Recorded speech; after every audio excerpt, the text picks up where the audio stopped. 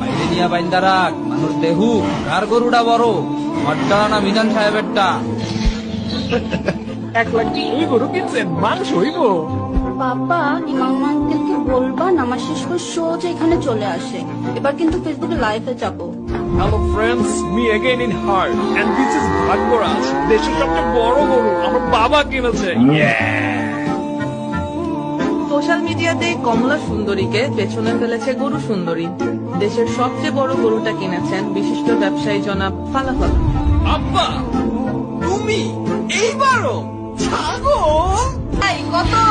এই গরুটা কত?